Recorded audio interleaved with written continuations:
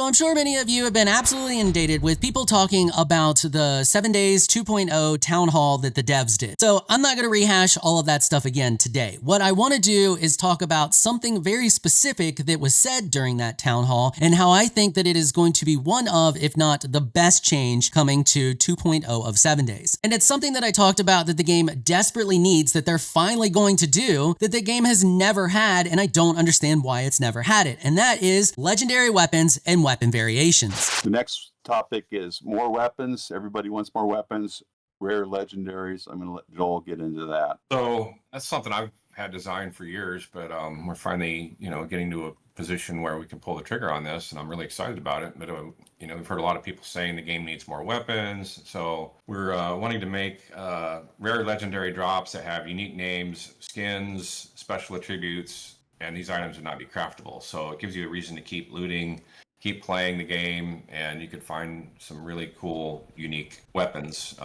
late game. And I think, I think everybody can relate to this when I say, kind of once you get all your purple gear, you're kind of done. So this is I think it's going to add a lot of legs to the game, adding in, legendary weapons and armor and tools.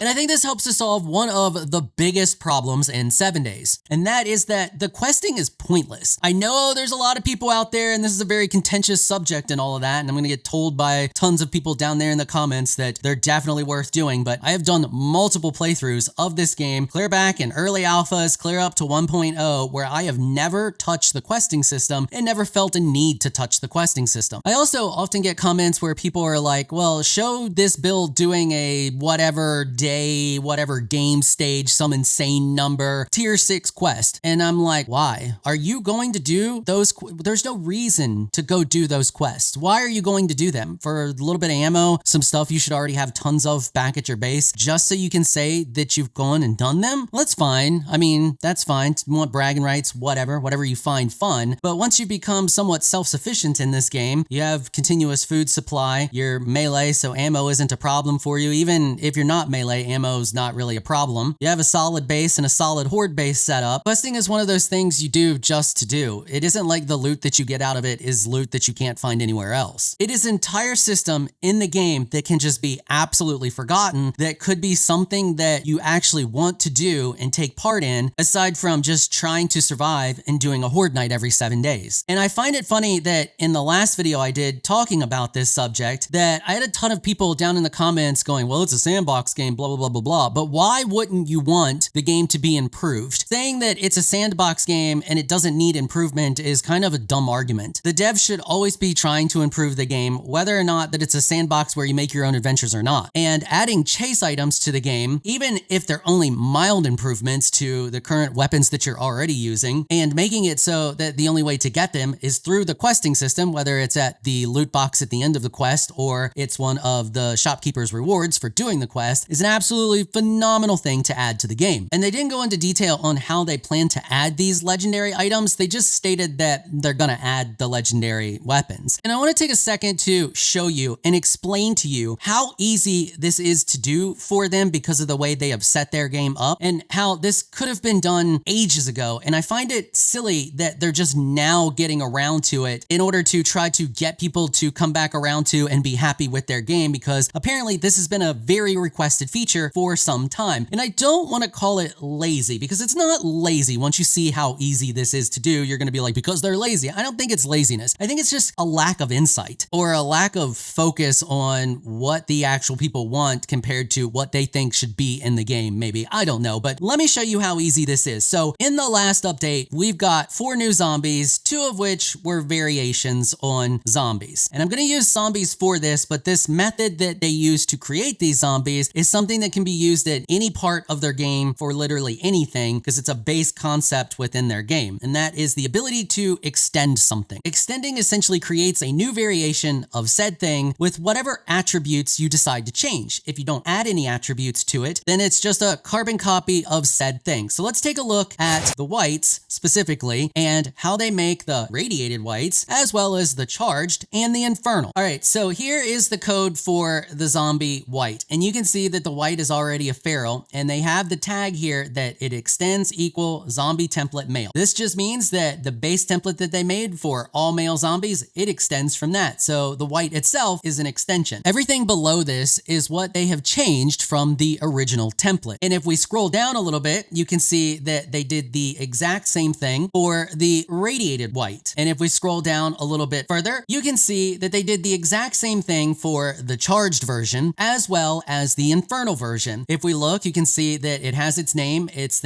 entity class is the charged white, and it extends the radiated version. So these are just variations of the irradiated versions. And from that, they just make the changes that they want to make to whatever one they're extending from. So for example, they've changed the matte color to the charged value. They've given it different tags or additional tags. They've changed the XP value to it, as well as the item that it uses to attack. So all zombies use their hand to attack, but those hands are actual items over in the item XML. So this one specifically points to the charged version, which is going to do more damage to the player and less to structures. They've changed its move speed pattern, as well as its probability to drop loot and what specific loot it drops, and its base max health. All right, that's enough of boring you with the code. You get an idea of how the system works. You can do this with literally anything in the game that's within the XML files. So let's say you want to make a new pistol that you want to add to the loot at the end of one of the missions. Let's say your tier 6 missions. To do this, to make your legendary pistol, you just extend the pistol that's already there and then change the values. Whichever values you want to change, just as they did with the whites and any other zombies. It's literally that simple. That's all you need to do to create a new item. Once you've done that, the new item is there. Now, it's not in the game yet. I mean, it's in the game, but you can't access it. Then you just take that and you go put it in one of the loot tables, and that's it. Or if you wanted the ability for the player to craft it, you take that new item that you created and you go add it to one of the crafting benches or within the player inventory, and you give it a recipe. That one's a little bit more involved than just throwing it into a loot table, but you get the idea. Or if you want the vendor to give it as a loot reward, you would just put it in that loot table. They could do this with a whole plethora of different things besides just legendary weapons. So picture this for me for a second. You've just entered the late game. You have your base all set up. You have a really good working horde base, and you're at the point where it's just surviving and waiting till the next horde night so that you can do the next horde night and trying to kill time until that point. And your horde base is pretty solid, but you know that if you do a tier 6 mission, there is a chance that the loot at the end of it can contain, let's say, 500, let's call them heavily reinforced concrete blocks. These concrete blocks are just more or less immune to explosive damage. That's it. Not 100%, just they're very, very, very resistant to explosive damage. That's something that could easily be done. You just extend the concrete block and you give it a new value for being resistant to explosive damage. Pretty simple to do. How tempted would you be to be going to do those tier 6 missions just to get those blocks to further reinforce your already OP horde base? That's just going to mean you can last even longer through the game to get further along. Now let's take it a step further. You've gone further than that. You've gotten the blocks, you've reinforced your horde base. Now you know, and you find out through a video or somebody data mining that there is a chance to get a quest reward from the vendor for doing one of those in-game missions to get a new machete. Let's just say it's a new machete, and this machete, for example, has an even higher chance to dismember, further surpassing anything's resistance. Or let's just say, for example, it bypasses the enemy's resistance to being dismembered. How tempted are you going to be to grind those missions for just the chance to get that item, just to be that more OP,